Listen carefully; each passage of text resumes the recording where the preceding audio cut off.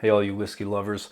The Whiskey March is a channel for whiskey enthusiasts to learn about, talk about, and try different whiskeys from all around the world.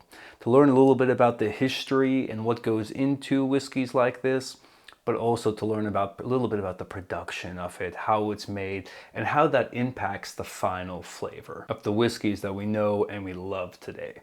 We will also cover some high-level information about how whiskey is distilled, how different distillation methods, times of distillation, all play a factor, the grains that go into it, and of course the barrels which they're aged in at the end, all play a factor in the whiskeys of today.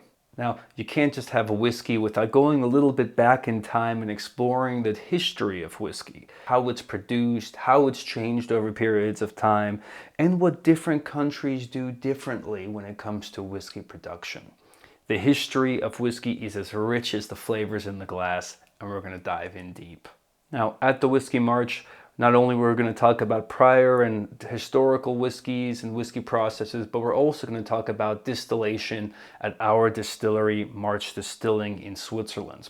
We're going to go through how we process and produce spirits, but also why we do it and how we've been influenced and motivated to do it this way by different distilleries around the world, processes, and of course the history behind it. Now, if you own a bottle of March Distilling's products, not only will you get to follow along and learn about the history of whiskey, but also see how your bottle was produced, how it was ground, how it was mashed, distilled, aged, if it's aged at all, and bottled, of course, as well.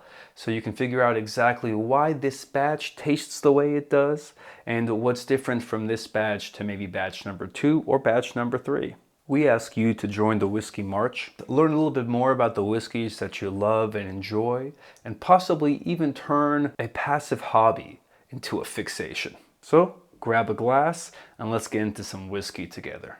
Cheers to you and march on.